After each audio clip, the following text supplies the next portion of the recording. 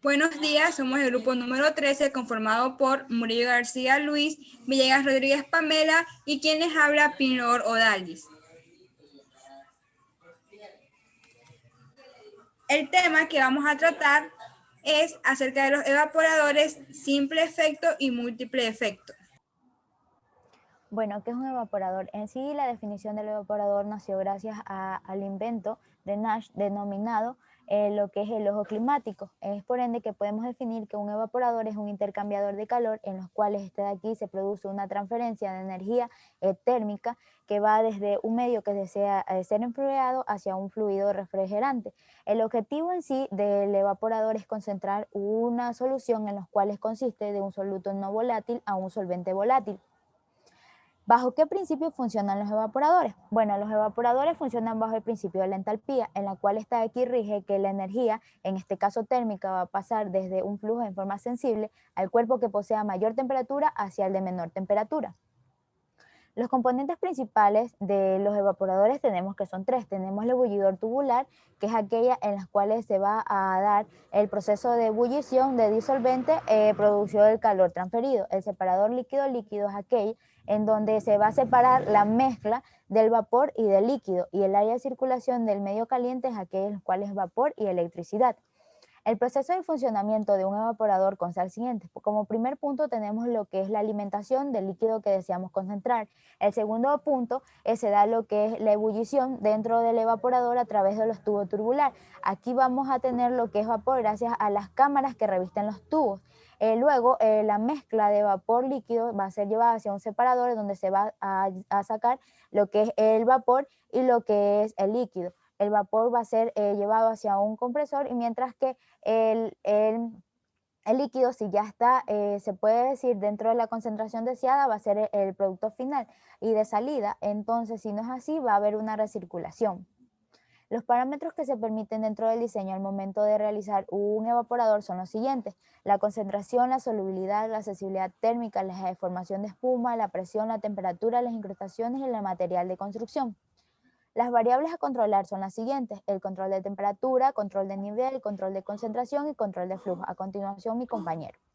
Bueno, vamos a hablar sobre lo que son las operaciones de simple y múltiple efecto en los evaporadores. Siguiente. Las generalidades. La mayoría de los evaporadores se calientan con vapor de agua que condensa sobre tubos metálicos, excepto algunos evaporadores que son con tubos horizontales. El material a evaporarse fluye dentro de los tubos. Generalmente, el vapor de baja presión es inferior a 3 atmósferas. Y con frecuencia el líquido que hierve se encuentra en un vacío moderado con presiones bajas de 0,05 atmósferas. Al reducir la temperatura de ebullición del líquido, aumenta la diferencia de temperatura entre el vapor y el líquido en ebullición, y por lo tanto aumenta la velocidad de transferencia de calor en el evaporador. Siguiente. Tenemos las operaciones de simple efecto y múltiple efecto en los evaporadores. Aquí tenemos que el simple efecto se utiliza solo un evaporador. El vapor procedente del líquido de ebullición se condensa y se desecha. Y el múltiple efecto es un método para aumentar la evaporación de kilogramos de vapor de agua y se utiliza en evaporadores en serie. Siguiente. Como hablamos, el evaporador de simple efecto se usan con frecuencia cuando la capacidad necesaria de operación es relativamente pequeña con el costo del valor del vapor. Es relativamente también barato, con diferencia al costo que cuesta el evaporador. Sin embargo, la operación de gran capacidad suele usar más de un efecto. Aquí tenemos la representación de un evaporador de simple efecto, en el que tenemos la alimentación, que es TF, eh, y también la entrada del vapor de agua con temperatura saturada. Aquí tenemos que dentro del evaporador tenemos la presión y la temperatura que tienen que ser iguales. Esto de aquí sale por un lado vapor hacia un condensador, y también por el otro el producto terminado o producto condensado, que es el líquido en sí más puro. Esto de aquí tiene que estar en equilibrio, por eso de ahí la temperatura en los dos casos de salida son iguales. Siguiente. Los evaporadores de múltiple efecto. Un evaporador de múltiple efecto consta de un conjunto de evaporadores. El primero es el que recibe el vapor vivo procedente de un generador de vapor durante el funcionamiento. El vapor procedente de la evaporación del primer efecto se utiliza como calefactor en el segundo efecto y así sucesivamente si se requieren más evaporadores. A continuación, Odalis. Bueno, les voy a hablar acerca de los tipos de evaporadores de efecto múltiple. En estos tenemos 4. Tenemos el evaporador de efecto múltiple con evaporación directa, pues este tipo de evaporador, el primer efecto va a operar a una temperatura suficientemente alta como para que el agua se evapore y este sirva como medio de calentamiento del segundo efecto. Como resultado vamos a tener un aumento de la economía del vapor de agua. En esta operación, la alimentación se va a introducir en el primer efecto y fluye hacia el siguiente en el mismo sentido de flujo de vapor.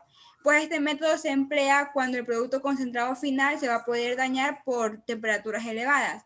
Las temperaturas de ebullición van disminuyendo de efecto a efecto. Como vemos en la imagen, nos damos cuenta que, bueno, las flechas rojas van a representar el vapor de calefacción y las flechas azules van a representar la dilución diluida. Vemos que ambas están en direcciones iguales. Siguiente. Bueno, tenemos el evaporador de efecto múltiple con alimentación en retroceso. Como su palabra lo dice, esta alimentación entra desde el último efecto, que es el más frío, y continúa de atrás hacia adelante, al producto concentrado que va a salir en el primer efecto. Este método de alimentación en retroceso tiene algunas ventajas, pues como la alimentación es fría, pues la cantidad de líquido que tiene que calentarse a temperaturas más altas en el segundo y primer efecto es más pequeña. Pero sin embargo, en este tipo de evaporadores se va a necesitar el uso de bombas en cada efecto. Este uso de bombas va a suponer una complicación mecánica considerable, ya que van a hacer que las bombas trabajen en presiones inferiores a la atmosférica. La alimentación de esta de aquí de atrás hacia adelante tiene una ventaja, más que nada cuando se van a utilizar en productos muy viscosos. Siguiente. Ya, tenemos el evaporador de efecto con alimentación mixta. Pues este tipo de evaporador, una parte del sistema, la alimentación va a ser directa y la otra va a ser contracorriente. Este sistema es útil más que nada en soluciones que son muy alta viscosidad. Bueno, si utilizamos la corriente directa pura, nos vamos a encontrar que en el último efecto, donde hay menos temperatura, la viscosidad de la directa concentración concentrada va a aumentar, lo que hace disminuir sensiblemente el coeficiente global de transferencia. En este efecto, es por eso que vamos a utilizar la alimentación mixta. La disolución diluida entra en el segundo efecto y sigue el sentido de la alimentación directa, pasando después del último efecto al primero, para poder cumplir la evaporación a temperaturas elevadas.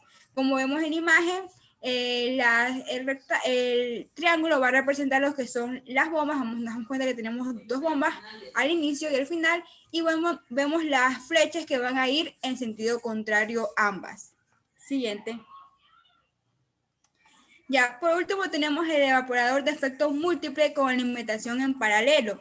Pues este tipo de evaporador es donde la solución entra simultáneamente en todos los efectos y el líquido concentrado se une a una sola corriente, que esta sola corriente se va a representar, como vemos en la imagen, en unas flechas negras. Este sistema es utilizado en la concentración de disoluciones de sal común, donde los cristales depositados hacen que resulte mucho más difícil la disposición de alimentación directa. Es por esto que se va a utilizar esta que es en paralelo. Como vemos en la imagen, vamos a tener dos bombas y su vapor de calefacción y disolución diluida van a ir en el mismo sentido.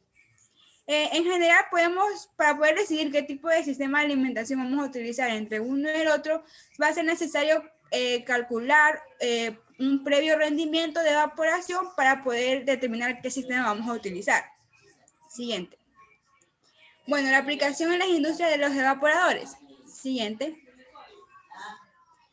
Básicamente los evaporadores van a ser utilizados en muchas ramas, pero entre ellas tenemos en las industrias lecheras, en las industrias azucareras y de jugos y en las industrias cafeteras. Para mucha más información acerca de esta, visiten nuestro blog que va a estar en la descripción del video. Siguiente. Muchas